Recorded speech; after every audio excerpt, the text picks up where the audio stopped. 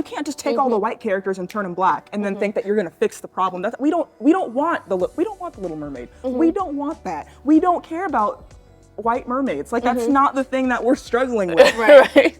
Let's deal with the issue at the root here. Yes, give us our own story instead of giving us the leftovers.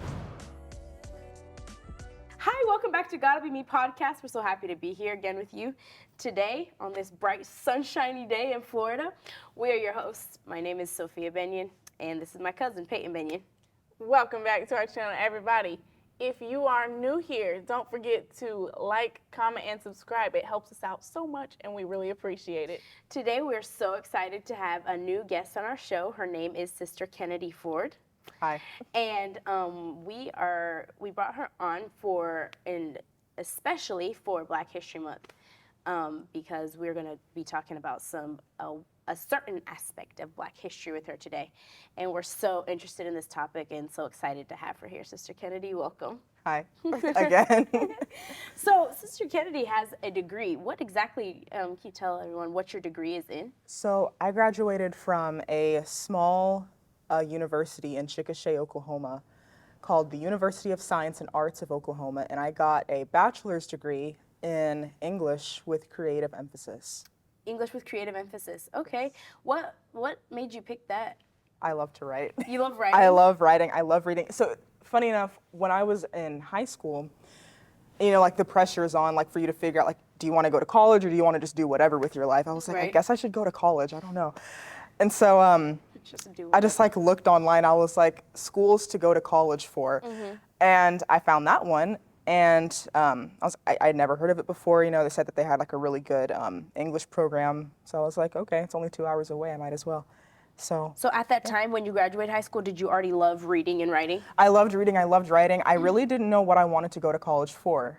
So what did you start with your major as? Did you like switch majors? No. I stuck with that specific thing, and I just stayed with it because I know if you try to change it like in the middle of your career, like your educational career, it takes you like another like year or so. Extra year. Like, not doing that. Are you glad you stuck with it? Oh yeah. I loved every bit of it. Really? I loved it. Yeah. Do you feel like you got to learn a lot about literature in your English class? Yes. A lot of things were opened up to me that I don't think I would have seen otherwise unless I had someone kind of show me, like, you know, this is kind of like what was going. Especially if you talk about like the history behind what was going on at the time that author was writing that, it makes it a lot more interesting. Well, we're particularly interested in that because, I mean, we're talking about Black history. This is for the month of February. So what do you feel like, what are some like important things that you feel like you learned about Black history? I feel like off camera one time you mentioned to me that you feel like there's a lack of authors, of African American authors. Yes, so this is actually something that a lot of my English professors, they talked about this. They said, you know, in the curriculum, all we read is stuff from like dead white men, you know, like Faulkner and Hemingway and, you know, like all these, you know, just dead rich white men. Not a lot of stuff from, you know, minorities, not a lot of stuff from women, really. And one of my professors, she was actually my advisor, she mentioned this. She said, you know, I want to try to get more like African-American literature in the curriculum, but she said it's so hard to find. Really? I think it's tough because Africa wasn't a lot of the tradition oral. That's right. It was passed on orally, so then That's right. we're missing a lot of that written. Well, that would be African, but then what about African-American too? African-American, right. And then, you know, of course you have like Frederick Douglass and stuff, you know. He would write things. He was an author. So would you say he's one of the oldest African-American authors that you... Oh, no. Forgive me if I don't pronounce his name right. His name is Olaudah Equiano. Did he write about like slavery? Yeah. And okay, I've heard when we went to the Museum of African-American History in Washington, D.C., it talked about him. Yes, he was one. There's another one. I believe her name was Phyllis Wheatley. Okay, and she was before. Yes. Well. Wasn't she a poet? She was a poet, yes. And I think she had something to do with like the president. Like I'm pretty sure like the president like invited her to the White House. I could be getting that completely wrong, but I'm pretty sure she was like mixed in some of that. So she was recognized for something, but I mean she was like a drop in the bucket compared to one person else. out of. Yeah. Do you write poetry or do you? Okay.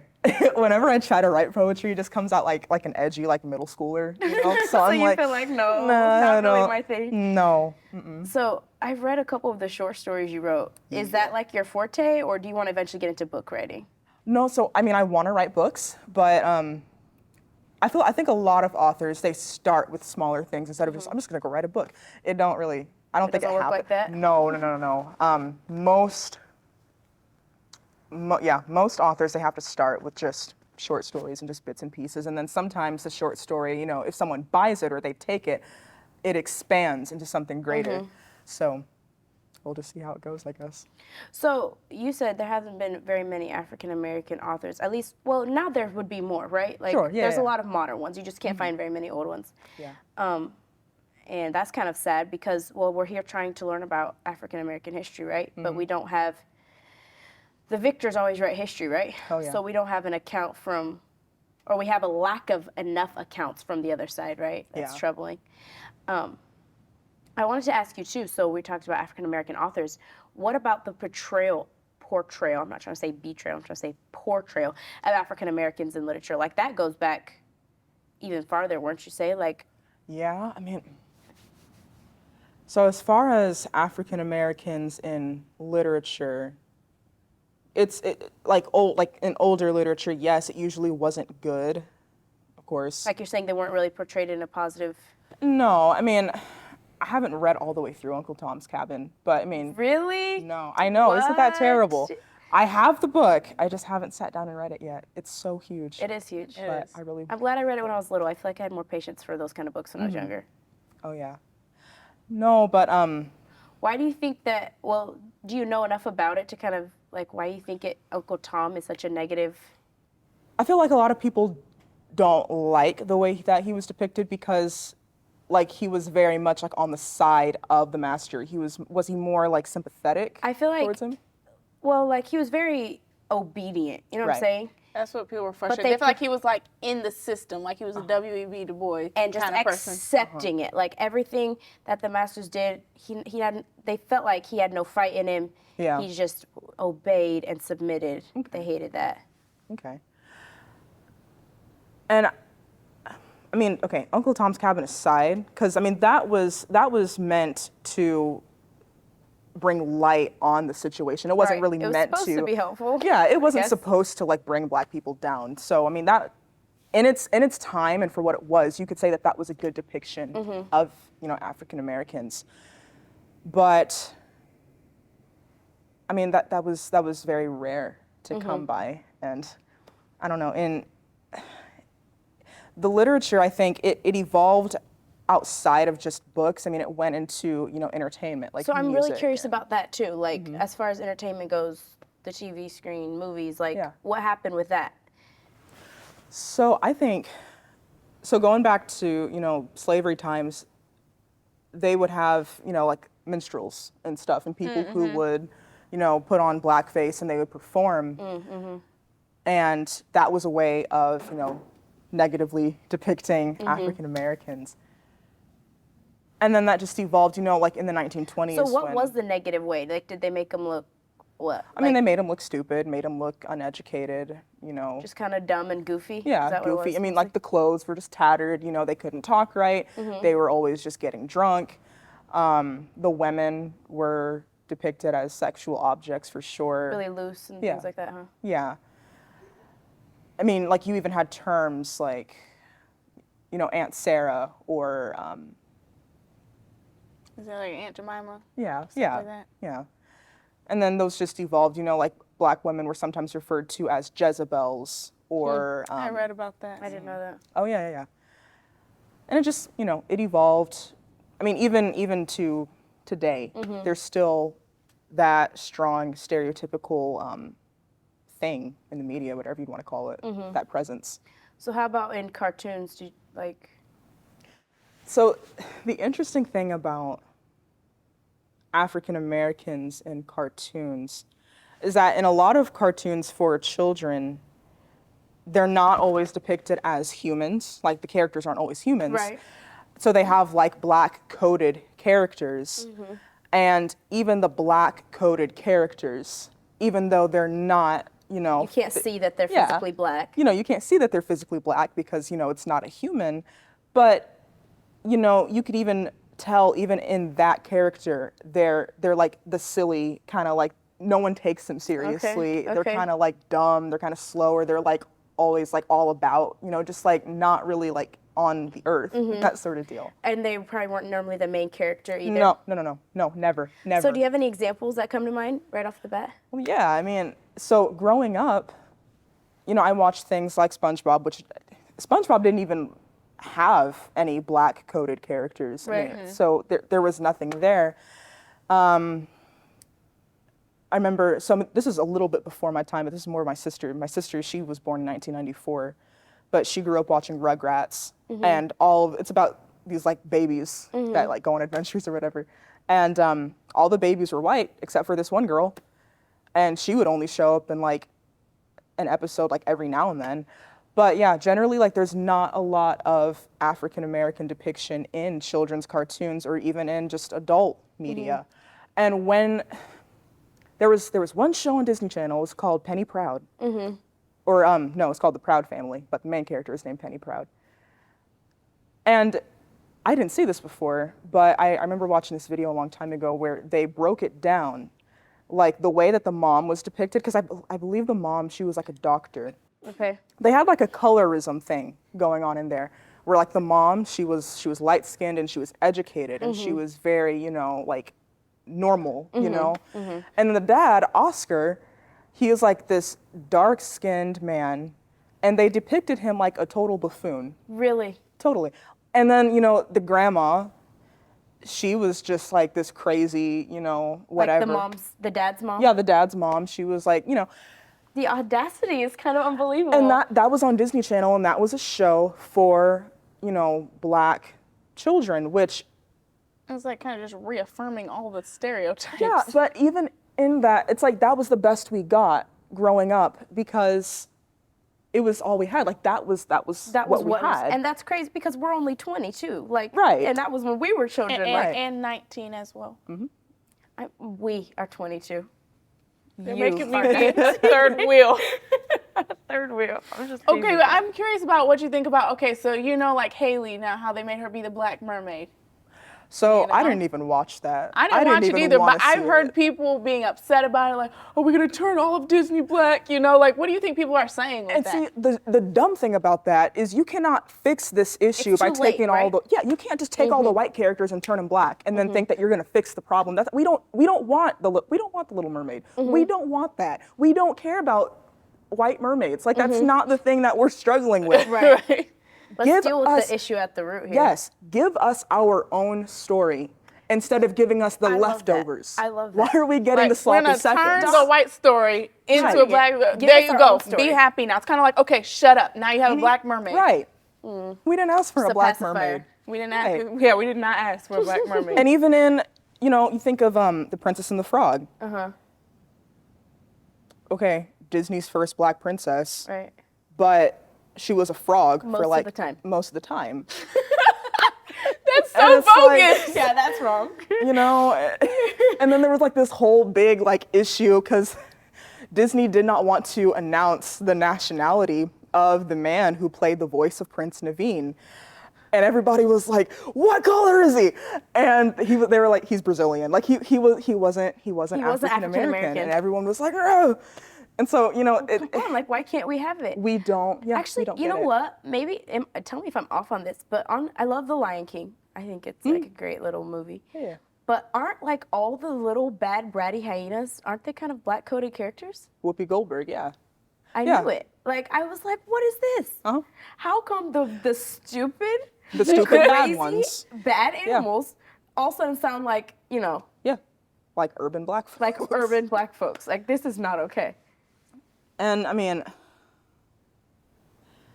yeah, and you find that not even just in cartoons, you find that like in movies and television shows, you know, the black character is always like the goofy, fun person that just, you Entertain. know. Well, it's always entertainment. It's Uh-huh. not really.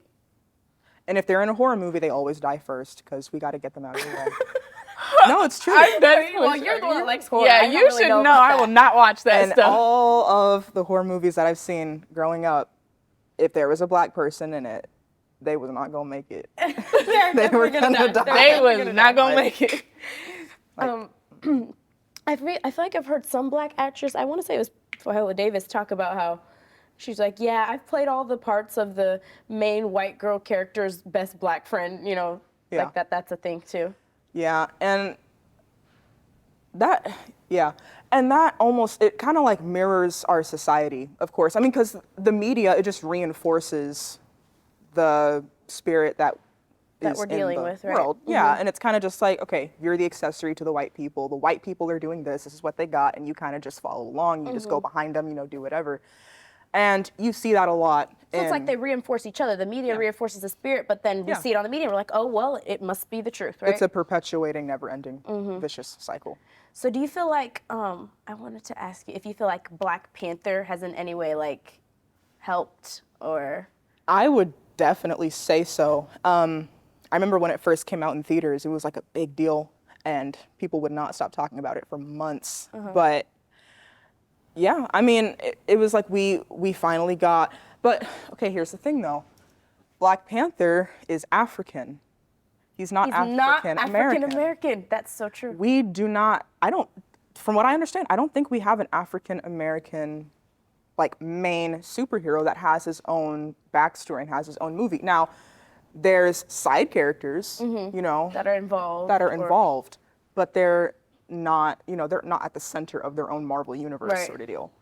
And they might have like their own little spin-off or whatever, but it's not like, boom, How is it? How is it in 2024? See, if you talk to Dr. Umar, he'll be upset because the next movie, then the Mexicans had the same vibranium that the Africans had. He's like, how was that? How was And that? he was upset because he's like, the thing that Africans were supposed to have, now the Mexicans have it, which I don't agree with Dr. Umar and everything, but I thought it was interesting that he pointed it out. And it's true. Like in Wakanda Forever, like the Mexicans almost like Overtake the Africans. and Dr. Umar's like, I'm not taking my children to see the Africans get whipped. Yeah.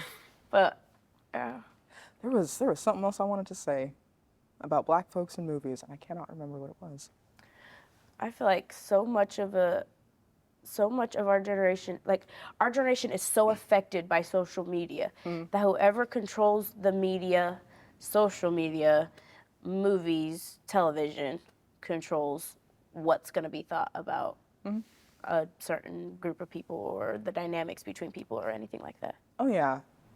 And I remember what I was going to say, but going off of what you said, yes, I mean, like what would you say earlier? Like the victors are the ones that write history, write right? history. And I mean, it's mostly, white people that are in charge of, what we see in media, and they're going to do what they can to keep the status quo. And all these, like, hey, we'll throw you a bone by giving you like a black princess or a black superhero or whatever.